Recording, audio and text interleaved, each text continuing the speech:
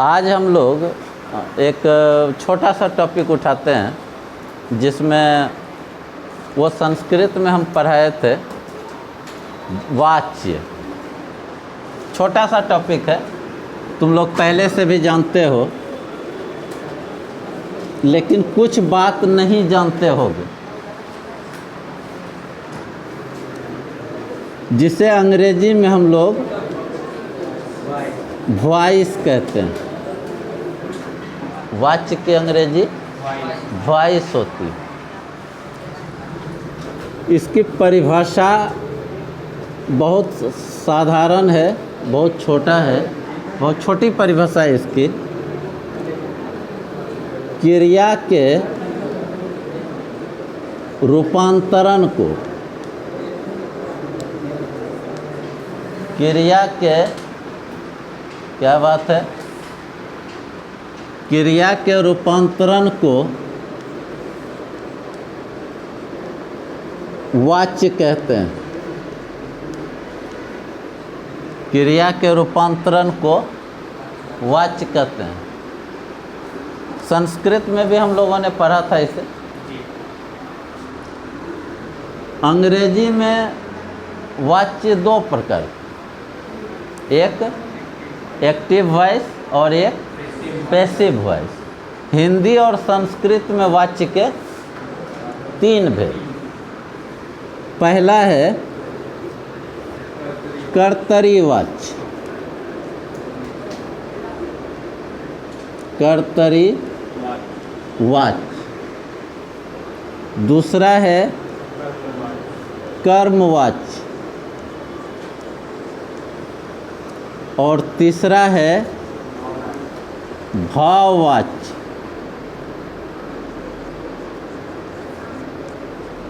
कर्तरी वाच्य, कर्मवाच्य और भाववाच्य। क्रिया के रूपांतरण को वाच्य कहते हैं। क्रिया के रूप में अंतर आता है, उसी को हम लोग वाच्य कहते हैं। वाच्य तीन प्रकार के होते हैं, कर्तरी वाच्य, कर्मवाच्य और भाववाच्य। परिभाषा तो एक लाइन में तीनों की हो जाती है, एक एक लाइन में। जिस वाच्य में कर्ता की प्रधानता होती है और क्रिया का जो स्वरूप है वो कर्ता के लिंग, वचन एवं पुरुष के आधार पर बदलता है, कर्ता के। उसी तरह जिस वाच्य में कर्म की प्रधानता हो उसे कर्मवाच्य कहेंगे, लेकिन क्रिया का जो रूप है, लिंग, वचन और पुरुष, वो कर्म के हिसाब से बदलता है।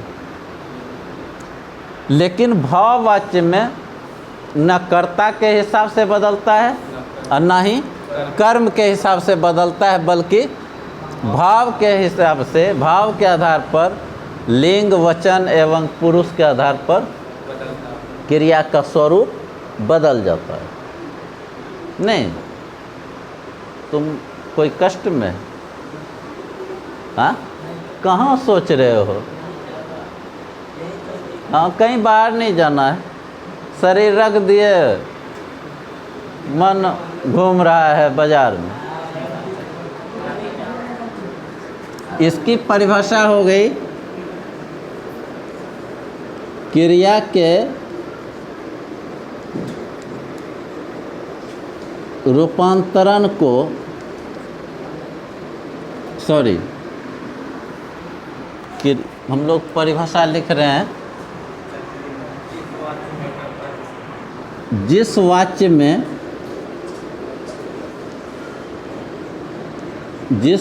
में कर्ता की प्रधानता हो,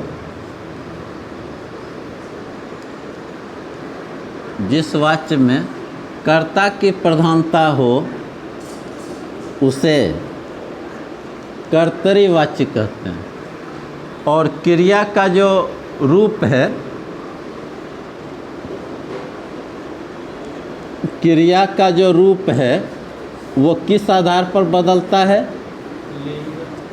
कर्ता के क्रिया का जो रूप है वो किस आधार पर बदलता है? कर्ता के 3 आधार। कौन? लिंग, वचन और पुरुष। यानी इसमें कर्ता की ही प्रधानता रहेगी। अगर राम रहेगा तो जाता है होगा, सीता रहेगी तो जाती ही, लेकिन कर्ता के हिसाब से उसका लिंग, वचन एवं पुरुष किसके हिसाब से बदलेगा?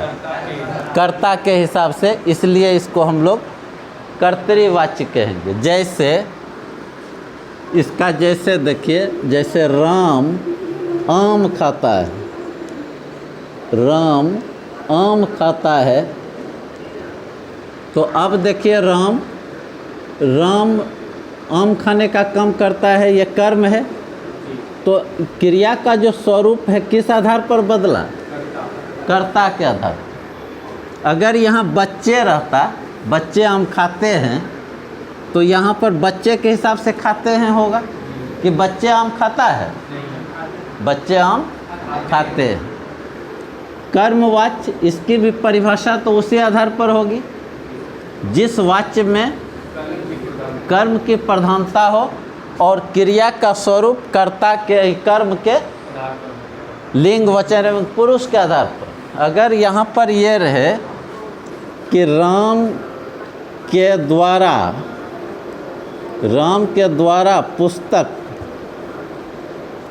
द्वारा पुस्तक पढ़ा जाता है कि पढ़ी जाती? पढ़ी जाती है। किस आधार पर आपने ये तय कर लिया? कर्म के हिसाब से। लिंग, वचन एवं पुरुष आपका किस आधार पर चला? कर्म के हिसाब से। अगर कर्म के हिसाब से चलेगा तो हम लोग उसको कर्मवाच्य कहेंगे। परिभाषा उसी आधार पर आप लिख सकते हैं जिस वाच्य में कर्म की प्रधानता हो,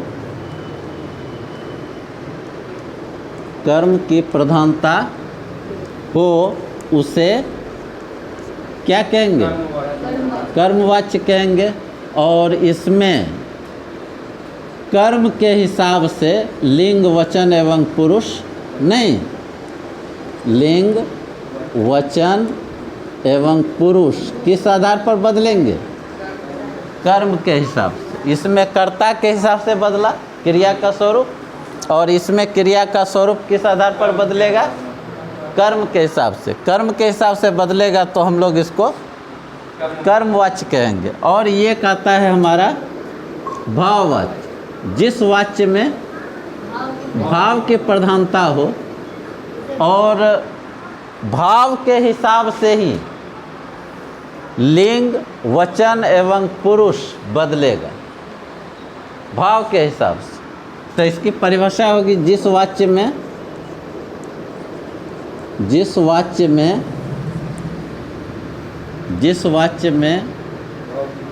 भाव की प्रधानता हो, भाव यानी सेंस, भाव की प्रधानता हो,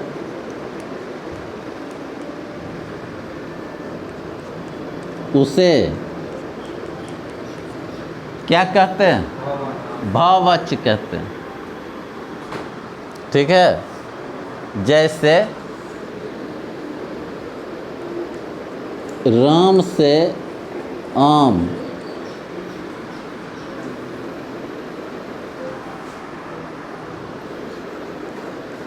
जैसे मुझसे चला नहीं जाता,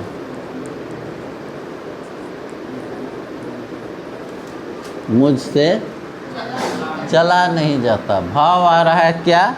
न चल पाने का, नहीं, न चल पाने का। इसी में आप संस्कृत में 2 नियम पढ़े, याद है? 2 नियम, उसको याद ही रखना है, बहुत काम देगा आपको। एक नियम तो आपने पढ़ा था, कर्तरीवाच्य के कर्ता में और कर्म में द्वितीया विभक्ति होती। कर्तरीवाच्य के कर्ता में प्रथमा और कर्म में द्वितीया विभक्ति, और कर्मवाच्य और भाववाच्य के कर्ता में तृतीया और कर्म में प्रथमा विभक्ति होती। ये 2 नियम, उसको भी याद रखना, वो संस्कृत में काम देगा। और यही वाच्य है। वाच्य को समझने में किसी को कोई दिक्कत? वाच्य क्रिया के रूपांतरण को वाच्य कहते हैं। क्रिया ये वाच्य 3 प्रकार के हैं, कर्तृवाच्य, कर्मवाच्य और भाववाच्य। कर्तृवाच्य में कर्ता की प्रधानता रहती है और क्रिया का जो स्वरूप है वो कर्ता के आधार पर लिंग एवं वचन एवं पुरुष उसका बदल जाएगा। उसी तरह कर्मवाच्य, जिस वाच्य में कर्म की प्रधानता हो उसे कर्मवाच्य कहेंगे और इसमें जो क्रिया का स्वरूप है कर्म के लिंग वचन एवं पुरुष के आधार पर बदलेगा। उसी तरह भाववाच्य होता है। भाववाच्य में जिस वाच्य में भाव की प्रधानता हो और इसमें भाव के हिसाब से लिंग वचन एवं पुरुष तब्दील होगा, बदलेगा। यही है हमारा वाच्य।